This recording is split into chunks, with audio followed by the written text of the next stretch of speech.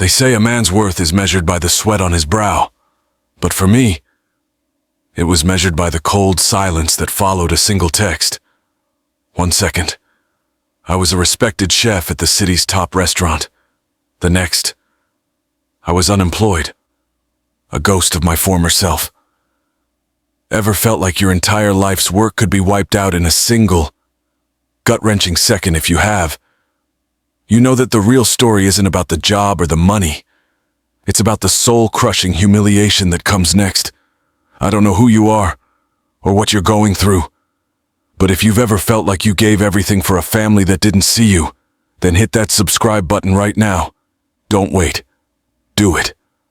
Because in this story, I'm going to show you that the darkest night can lead to the brightest dawn, and that your worst betrayal is just the beginning of your greatest comeback. The text was 2 sentences. Due to recent market shifts, your position has been eliminated. Please collect your personal items by 5 p.m. No thank you, no good luck, just a corporate amputation. My hands, the same hands that had carved out a career for 15 years, were trembling. The familiar scent of caramelized onions and seared beef in my kitchen, a smell that had always been my comfort, now felt like a taunt. I just stood there, staring at the screen, my mind blank. This wasn't supposed to happen. I was The Rock. I was Mark, a man who built a career on precision and passion. My life was a well-oiled machine, and a single text had just sent it all crashing down. When I walked through the door, the silence was louder than any screaming match. It wasn't the kind of silence that suggests peace. It was the kind that precedes an execution.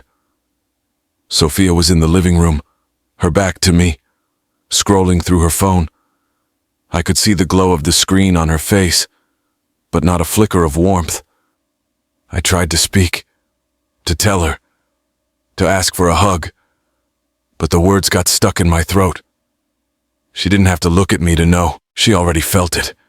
She had always been a step ahead, predicting my failures with a chilling certainty. They let you go, didn't they? Her voice was flat, devoid of emotion, like she was talking about the weather. I nodded. The one word I could manage: cutbacks. She finally turned, and her eyes were not the eyes of my wife, but of a stranger sizing up a worthless antique. Cutbacks. Or was it that you never really wanted more? Mark, you were always content with the bare minimum, weren't you? The words were like daggers, each one hitting a place that was already bruised and bleeding. She wasn't talking about the job. She was talking about me, about every choice I had made. The cozy little house, the modest vacations, the life I thought was enough. It was never enough for her.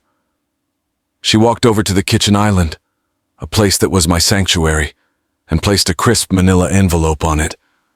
I've been speaking to a lawyer. My parents have a condo we can move into. It's better for the kids. My breath hitched. What are you talking about? Sophia, move. What about us? She didn't even flinch. There is no us. Mark, not anymore. I'm taking the kids. It's over. You're unemployed. A ghost of your former self.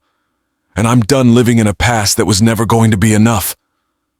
I felt my heart physically clench in my chest. The world went silent again. But this time, it was a different kind of quiet. A final one. I felt the floor giving way under my feet. The ground I thought was so solid was just an illusion. Sophia was right in a way. I was a ghost. A man without a job, without a family, and without a future. My entire world, my entire identity, was suddenly unemployed, a ghost of a former self. And this was just the beginning of the storm. When she said, "It's over," my mind didn't just go blank. It went back to a different kitchen, a different life. The smell of sawdust and engine oil instead of sizzling steak. A boy trying to find his place in a family that had already decided who he was. My father, bless his soul, was a good man, a mechanic, with hands that could fix anything from a broken-down Ford to a creaky old furnace. He was a man of logic, of grease and steel. To him, the world was simple hard work and ambition, and his ambition, his pride, was my older brother, Chris. Chris was a natural-born salesman.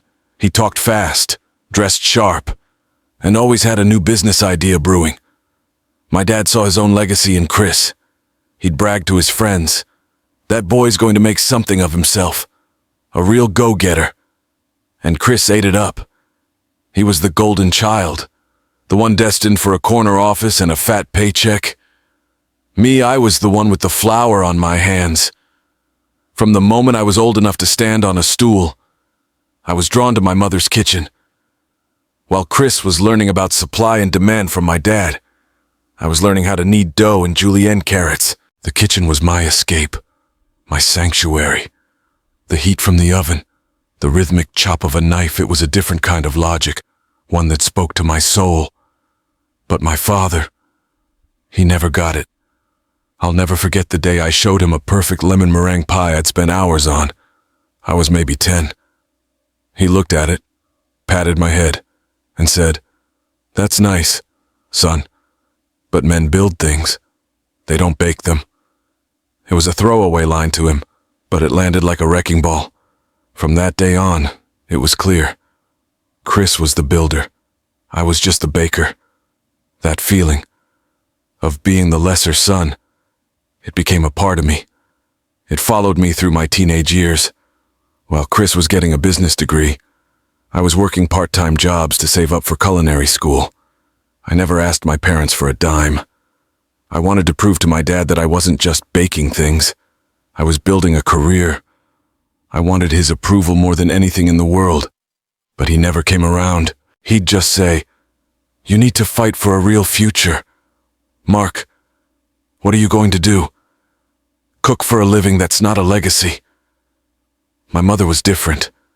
She was quiet, but her love was a quiet force. She was the one who bought me my first real chef's knife. A cheap one. But to me, it was everything. She'd watch me cook, a soft smile on her face, and tell me I had a gift.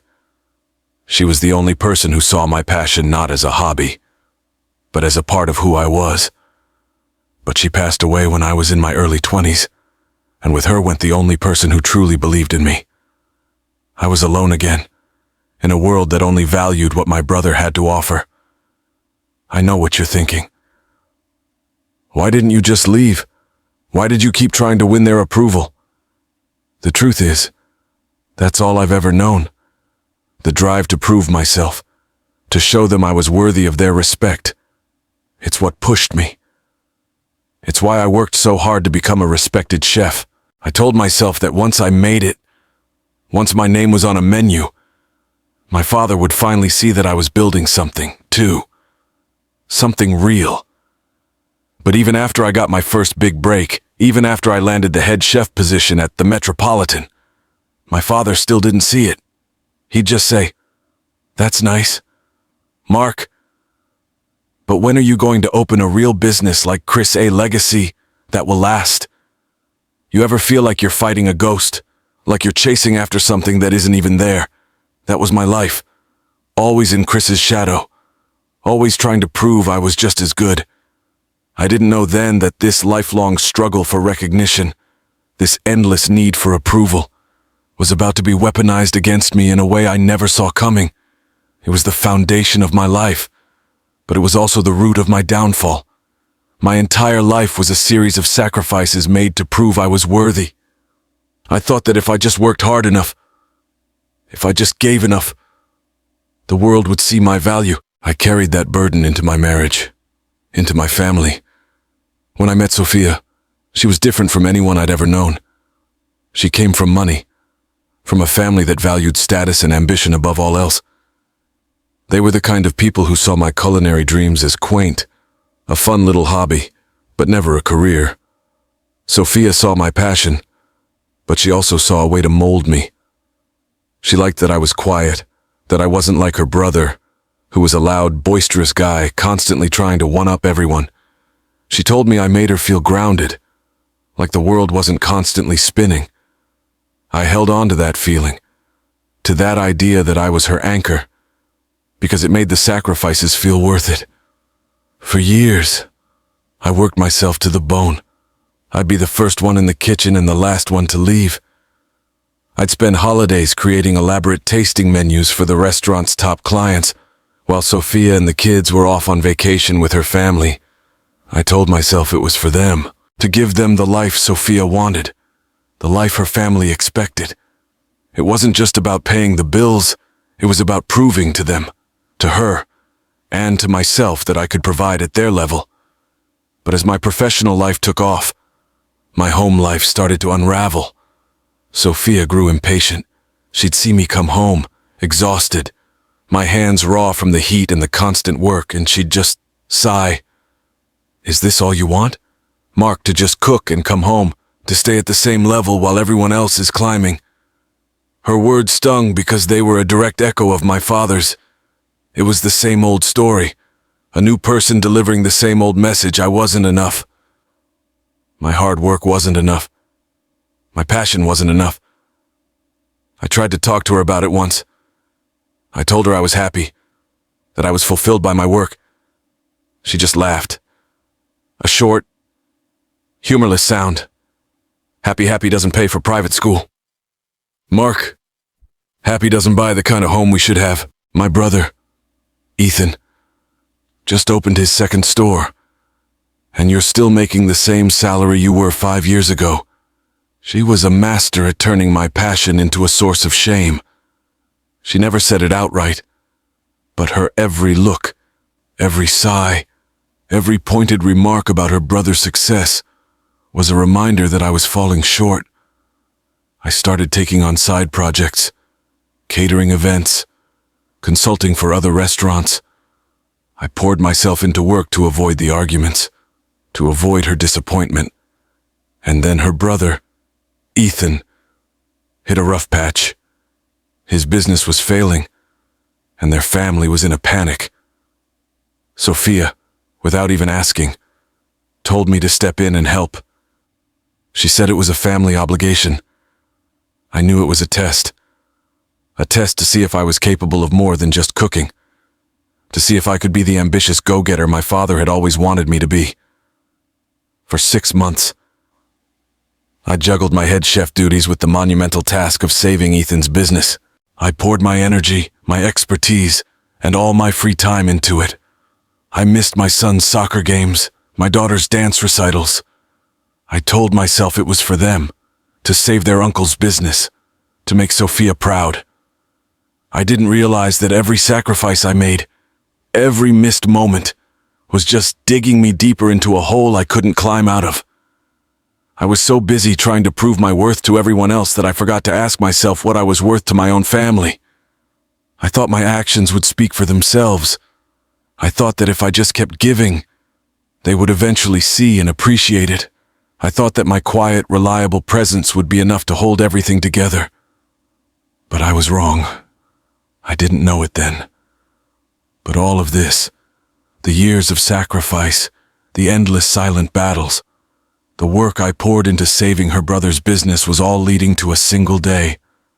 A day where everything I had given would be turned against me. And in the quiet moments between the late nights at the restaurant and the early mornings at her brother's business, I didn't realize that my life was a ticking time bomb, and the fuse was burning down fast. My sacrifice became the perfect weapon against me. It was all a setup, a test I was never meant to pass. I see that now. For 6 months, I poured everything I had into saving Ethan's business. I missed birthdays, soccer games, and school plays. I told myself it was for the family, that it was my way of showing them I was a builder, not just a baker. When the business finally got back on its feet, a wave of relief washed over me. I thought I had done it. I thought Sophia would finally look at me with pride. But when I told her, she just gave a curt nod and said, "Good. Now he can pay us back what he owes." There was no thank you, no recognition for the sleepless nights or the endless work. It was all just a transaction, a debt settled, That same week, I got the text from the restaurant. Due to recent market shifts, your position has been eliminated. I was blindsided, but when I came home, I saw the manila envelope on the counter, the one with the separation papers. That's when the pieces clicked into place. Sophia didn't just react to me losing my job. She had been planning this. The moment I started working with her brother, she saw an opportunity to test my limits, to push me until I broke. She was building a case against me, using my own sacrifices as evidence that I was too focused on work, too absent to be a good father. The manila envelope wasn't just a legal document. It was a trophy. A trophy she won by manipulating me and taking everything I had left. The next day, I had to see the kids. I had to see them. I thought maybe I could talk to them, try to explain. But when I got to the house, it was already so different. Their backpacks were by the door, and my son, Leo, was holding his suitcase. I asked him, "Leo, what's going on?" And he just said, his voice small and confused, "Mom said we're staying at Grandma and Grandpa's for a while." I looked at Sophia, and she had this cold, blank look on her face, like this was just another business deal. I looked into her eyes, and for the first time, I saw not just disappointment, but a terrifying emptiness. She wasn't angry. She was just done. Done with me. Done with our life. Done with our family. I tried to talk to her, to plead my case. "Sophia, please, let me just explain. This is just a setback. I can get another job.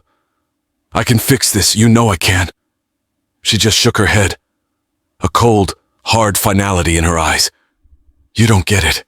Mark, I'm not leaving because you lost your job. I'm leaving because you're the kind of man who lets life happen to him. You're content with your little world, and I want more. My father saw it. My brother saw it. And now I see it too.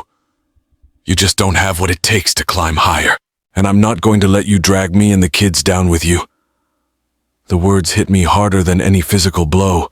She was right. For so long, I had been the man who let life happen to him. I let my father's expectations define me. I let Sophia's ambition dictate my life. I let everyone tell me who I was and what I was worth. And now I had nothing. I looked at my kids. My daughter, Lily, was clinging to her mother's leg, her eyes wide with fear. And Leo, my son, he looked at me with a confusion that broke my heart. "Dad," he asked, "are you coming with us?" I wanted to say yes. I wanted to grab them and run away from all of this, but I couldn't. Sophia had already won. She had taken everything from me. My job, my wife, my kids. I felt a hollow ache spread through my chest, and I knew that this was it. The moment I thought my life was over. But I didn't know then that this was just the beginning of a different kind of war, and that I was about to find my true self. It's a strange thing, what the human mind does when it reaches its breaking point. It doesn't just shut down. It seeks out a quiet place to fall apart. For me, that place wasn't some bar or some friend's couch. It was the only place that ever felt like home. The one place where I had never had to pretend to be someone I wasn't. I drove without thinking, the city lights blurring into long streaks of color as I sped through the streets. I didn't know where I was going until my car came to a slow stop in front of a familiar building. My father's old workshop, the place where he spent his life fixing things, and where he told me that men don't bake, they build. The building was old and falling apart, just like me. The sign was faded. The windows were boarded up, and the paint was peeling off the walls. I got out of the car, my legs feeling like they were made of lead, and I just stood there for a minute staring at the workshop. It was the only thing left of my past that hadn't been taken from me yet. I walked up to the old door, my hand reaching for the rusty handle, and for a moment, I hesitated. What was I even doing here? There was nothing left for me here. But then I pushed the door open, and the rusty hinges groaned in protest, a sound that felt more welcoming than any words anyone had said to me all day. The air inside was thick with the smell of sawdust, engine oil, and old grease, the same smells that filled my childhood. I walked past the old workbench, my fingers trailing over the tools my father used to use.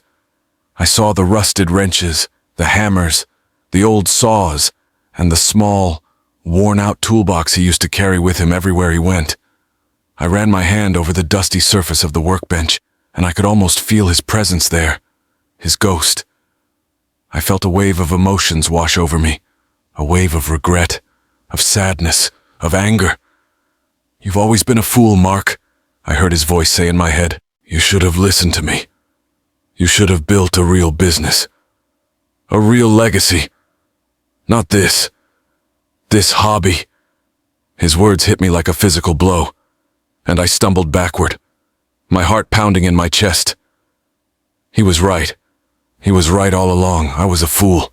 I had spent my life chasing after a dream that no one else understood, and in the end, it cost me everything.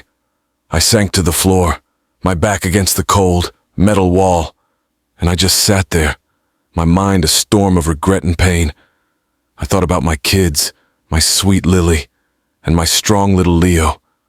I thought about the moments I had missed, the soccer games, the dance recitals, all the things I had sacrificed for a career that was now gone. I thought about Sophia and her cold, empty eyes, and I felt a fresh wave of humiliation wash over me. She was right. I was a failure. I don't know how long I sat there, but eventually, the storm in my head started to calm down. The darkness in the room felt comforting, like a blanket I didn't deserve. And then, I saw it. In the corner of the room, on a small wooden shelf, was my mother's old cookbook, the one she used to teach me how to bake. It was covered in dust, but I could still see the faded blue cover, the one with the small, hand-drawn flowers on it. I walked over to it, my hands trembling as I picked it up.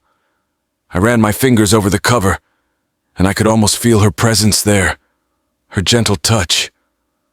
"Men build things. Mark," I heard my father's voice say again in my head. But then, I heard my mother's voice, soft and gentle. "You're a builder, too. Mark, you build with love. You build with your hands. You build with your heart." Her words were a balm on my wounded soul, and for the first time all day, I felt a flicker of hope. I opened the book, and on the first page, there was a small, handwritten note from my mother. It said, "To my sweet boy, my little builder, never forget that the best things in life are built with love." I clutched the book to my chest, my hands shaking, and I felt a wave of emotions wash over me, a wave of sadness, but also of peace. I wasn't a failure. I was a builder. I had just been building the wrong things. My father's voice came back, this time not as a taunt, but as a plea. "Don't abandon them like me." I froze. My mind was reeling. I had always thought that he had abandoned me, but now, I saw the truth. He hadn't abandoned me. He had been so focused on building a real legacy, on being a real man, that he had abandoned the one thing that truly mattered. Me, his son. The words echoed in my head. "Don't abandon them like me." And I realized that he wasn't talking about himself. He was talking about me. He was giving me a warning, a plea from the grave. Don't make the same mistake I did. Don't be so focused on building a legacy that you abandon the ones you love. I stumbled out of the workshop, the night air hitting my face, and for the first time all day, I felt a purpose. I wasn't a ghost. I wasn't a failure. I was a builder, and I was going to build a new life, a new legacy, a new family, I was going to fight for my kids, for my love, for my life. I wasn't going to let Sophia's words define me. I wasn't going to let my father's words define me. I was going to define myself. I was going to build a life that was worth living, a life that was worth fighting for, a life that was worth loving. And I was going to start right now. I got back in my car, but this time, I wasn't running from anything. I was running toward something, toward my kids, toward a fight I should have started years ago. My hands, still shaking, gripped the steering wheel. But now it was a different kind of shaking. It wasn't from fear or despair. It was from a new, unfamiliar energy, a fire in my gut that I had forgotten I had. I drove to Sophia's parents' house. The familiar, manicured lawn and the perfectly symmetrical shrubs seemed to mock me. This was their territory, their world of pristine appearances and unspoken judgments. I walked up to the front door, my heart pounding in my chest, and I rang the doorbell. I didn't know what I was going to say, but I knew I had to say something. For my kids, for myself. The door opened, and Sophia's father, a tall, imposing man with a cold, unforgiving look in his eyes, was standing there. He was the kind of man who measured a person's worth by their bank account and their social standing. He looked at me as if I was a stray dog who had wandered into his perfect garden. "Mark," he said, his voice as cold as a winter wind. "What are you doing here?" "I came to see my kids," I said, my voice steady, my eyes locked on his. He just shook his head, a look of contempt on his face. "This isn't the time. Mark, they're already upset enough. You need to let this go." I took a deep breath, and I looked at him, not as a son-in-law seeking approval, but as a man who had finally found his voice. "I won't let it go," I said, my voice firm. "You can take my job. You can take my marriage. But you are not taking my kids. They need their father. And I'm not going to disappear from their lives." He just stared at me, a look of surprise on his face. He wasn't used to me talking back. He was used to me being the quiet, compliant son-in-law who just did what he was told. But I wasn't that man anymore. I was a man who had been to the brink of despair and had come back. Sophia appeared behind him. Her eyes narrowed, but a flicker of uncertainty in them. She had expected me to crumble, to retreat, to disappear into the night like a coward. But I was standing there, taller than I had in years. "You think this changes anything?"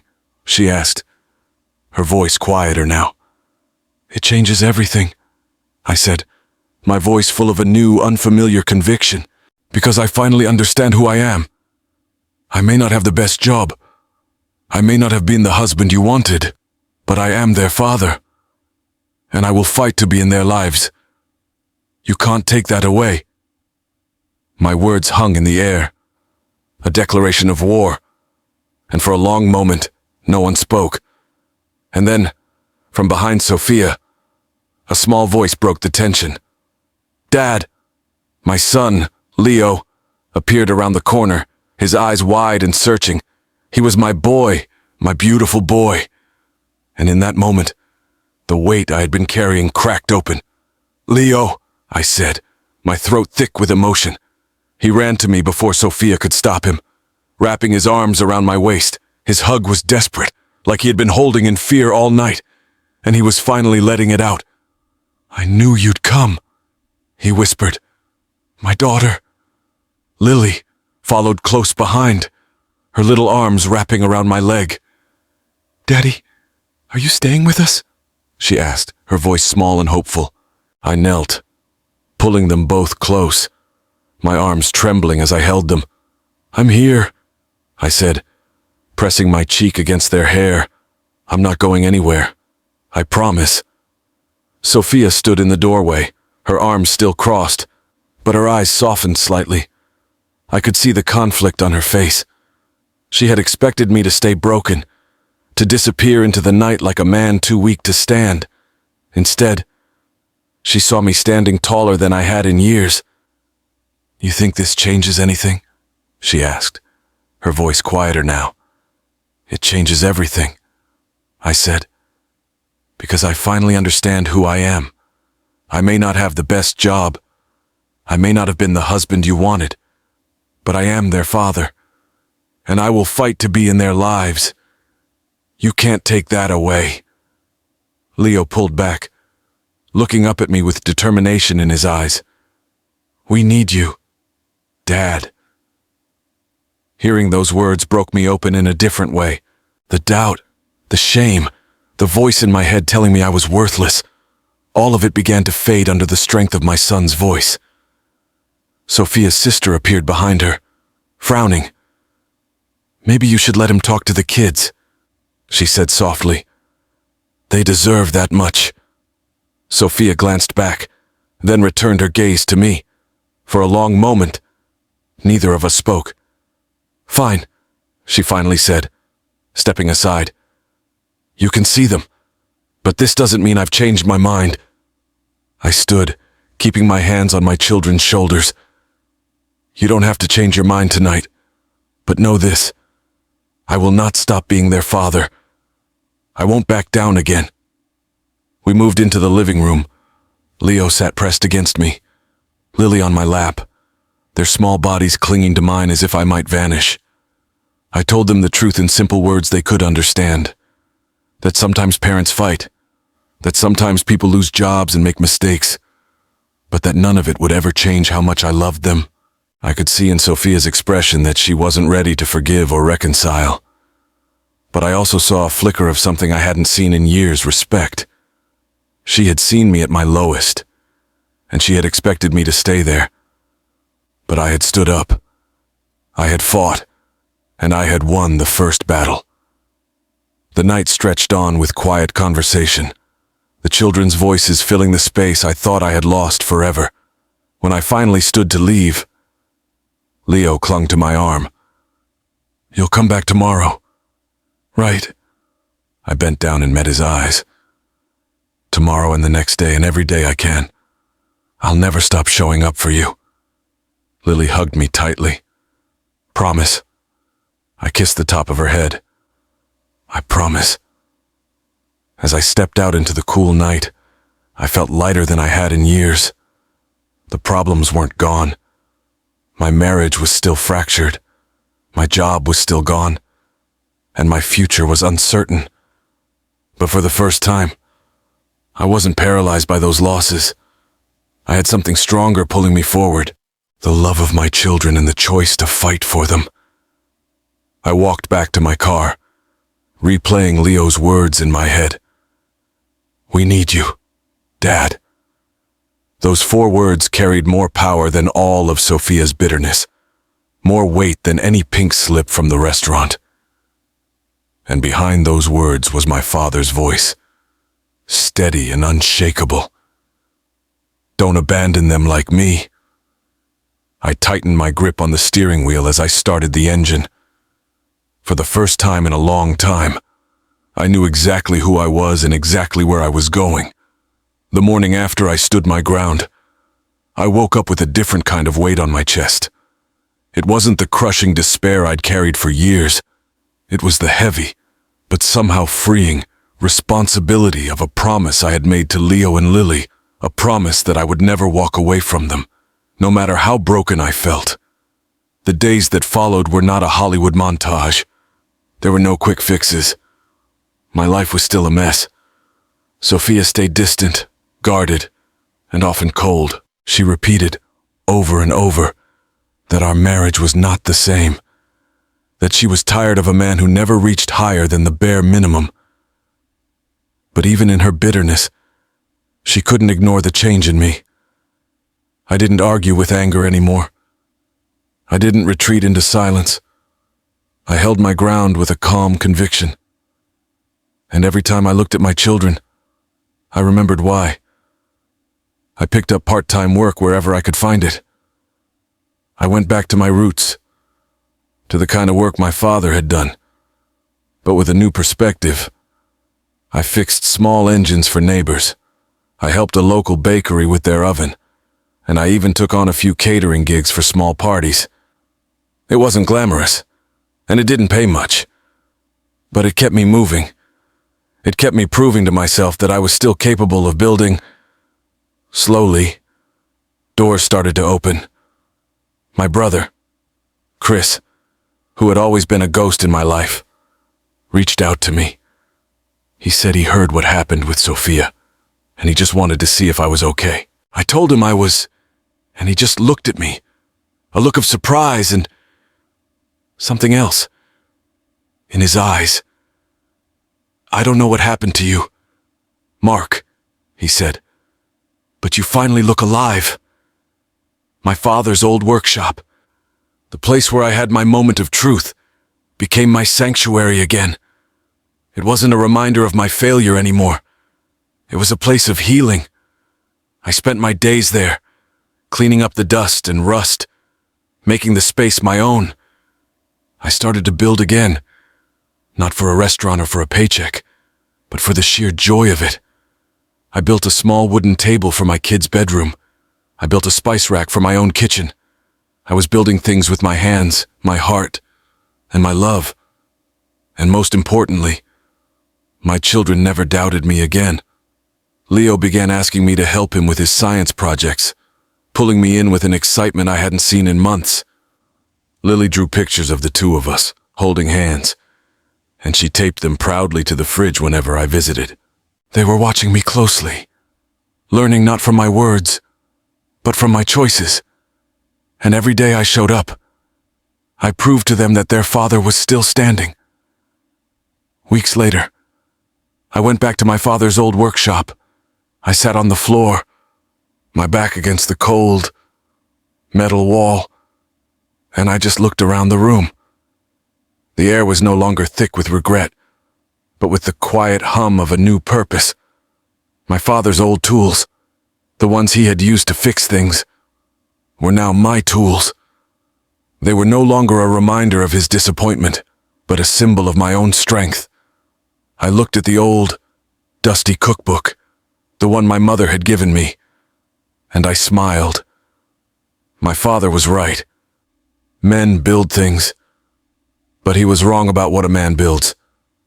A man builds a life. He builds a family. He builds with love, with his hands, with his heart. He builds with courage, with determination, with strength. And a man's worth is not measured by his bank account or his social standing, but by his presence, by his refusal to walk away, by the steady love that anchors his children even when the world shakes. I am still rebuilding. I am still learning to stand tall even when the ground feels unsteady. But I know now that I am not worthless. I am a father. I am a builder. I am a man who stood up and fought for the people he loves. And if you take anything from my story, let it be this: don't abandon the people who need you. Don't let despair convince you that walking away is easier than standing tall. Show up even when it feels impossible, especially then, because sometimes the smallest act of staying present can change a life forever. Thank you for listening to my story. If it moved you, if it made you think about your own life or the people you care about, I ask you to share this video with someone who might need it. Leave a comment below and tell me what you took away from this story. And if you want to hear more stories like this one, if you want to learn how to keep fighting for the people you love, then subscribe to the channel. Your support keeps these stories alive. And together, we can remind each other that no matter how broken life feels, there's always a reason to keep standing. There is always a reason to keep building.